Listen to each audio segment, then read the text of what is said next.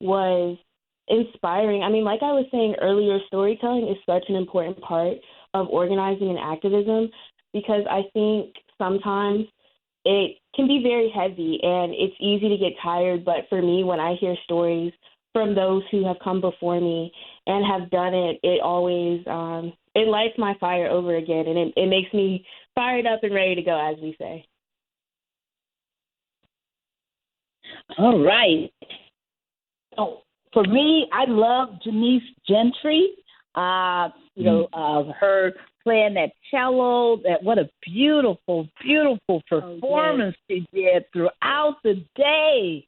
And love me some Ashley Shannon with her quiz, and to see the different answers, and the audience so competitive and trying to outdo each other. I mean, it was just beautiful. My table got the most cups, so. And so, but we got to explain that comment and why we're laughing about her table receiving the most mugs. So with Attorney Shannon's game quiz, there were some trivia questions given out to the audience, and my table was able to rack up 3 cups. So we are Black History out. and Daryl, that was 3 out of the 8 cups available, right? 3 out of the 8 available. Great number. I think we can also mention I was the only one at our table without a cup. Watch out. Well, we got to work on that, right? And absolutely. So we have this training coming up. The deadline for people to apply, we've already opened up the applications. People have been applying already. We have completed applications, but we still are open. We're urging people to please apply immediately if you want to be part of our Gen Z and Young Millennials Voting Rights Leadership Training, September the 11th through the 13th here in Washington, D.C. We will pay for your lodging, your meals, everything. You'll have an opportunity to attend, some of the CBCF annual legislative conference. We're going to be staying right near the convention center. We're very grateful to the Shiloh Baptist Church for also being our partner, where we will do some of the training. But we want to make sure everybody's aware that this deadline to apply, you got to apply immediately, and the last date is August the 23rd. But the sooner you apply, the better, because we're doing rolling acceptances, meaning we're going to start accepting people as early as a few days from now. And we're going to keep, admitting the class until we have admitted the total number of trainees. So I wanted to ask you, Jayson. Jayson, you've been with us on goodness, I don't know how many activations. And you've been with us, at different training events beyond the one at which you were trained. You have been a team leader. You've been our official photographer and all over the country.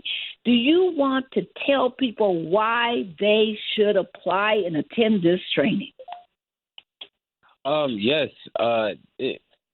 As young people, we have a unique opportunity in today's, election and political environment to really seek change and to, again, go with the title of the show, Ignited. Right now, myself, like I just said earlier, I graduated yesterday, but I'm also working with students at Lincoln to inspire other HBCUs to, get out and call, a HBCU vote campaign and basically, get behind voting and igniting that change. So as the younger you start, the more preparation you have for when those times do come and you are faced with challenges in terms of, voting, voter registration, voter suppression, is important. It's very important to be versed in those topics. All right. Why did you decide to become put in the application to be part of the training? What was it about the training that said, I need to be part of this? It really was a gut feeling. I wanted to always be, I always wanted to know what was going on, but I didn't have the proper education to, be able to speak to other people. I didn't want to also misinform people and spread misinformation. So when I was told by a good friend, Drake Smith, to, hey, listen, sign up for this. We're going to Houston. We're going to learn about voter suppression in those surrounding counties. And I said, that sounds like a great opportunity. I should just try it, and going to Houston and getting that training changed my whole perspective on everything. If there are people out there that are willing to take your right to vote away, that means it's really important. And that's with anything. If people want something of yours, that means it's important. So you should value it and learn on it. Wow. And the same question, I should say, to you, Kennedy. Why did you apply to attend the training? Why should people apply? Why should they come? It's 3 days out of their lives, 3 intensive days. Why should they come?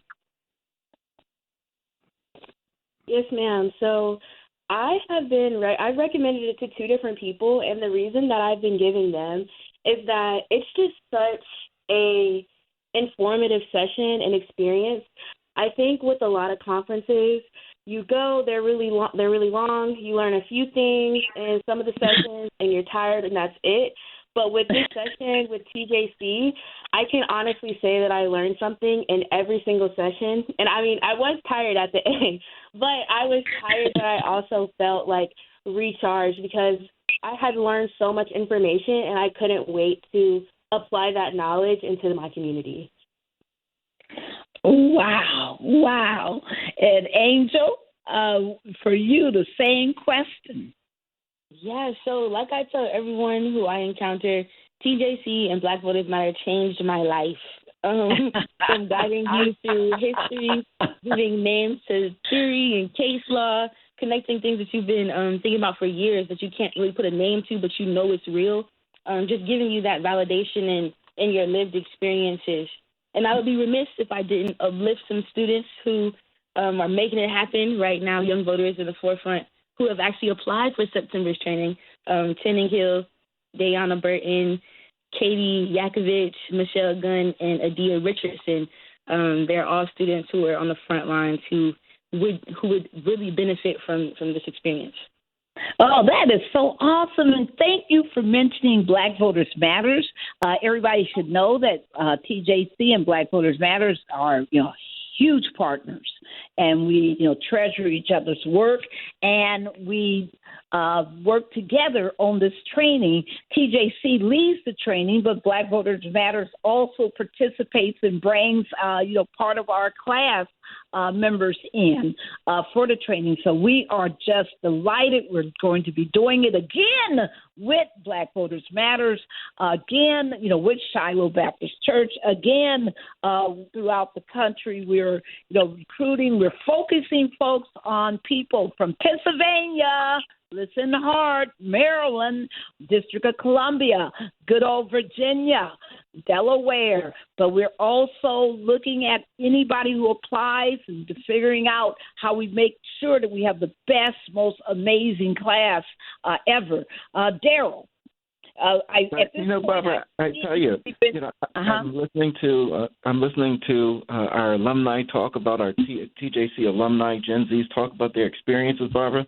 But what comes to mind is something we just found out this week, is that one of our alumni down in Alabama was so inspired through the TJC training, Barbara, that he's over at Alabama State University, and in one day registered some 200 people to vote. In 1 day.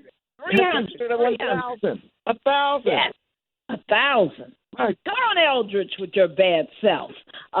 We are so proud of you, sir, and thank you for working with us on organizing a concert for Alabama State University. We're hoping that we'll be able to announce that that's on and what dates at our next radio show.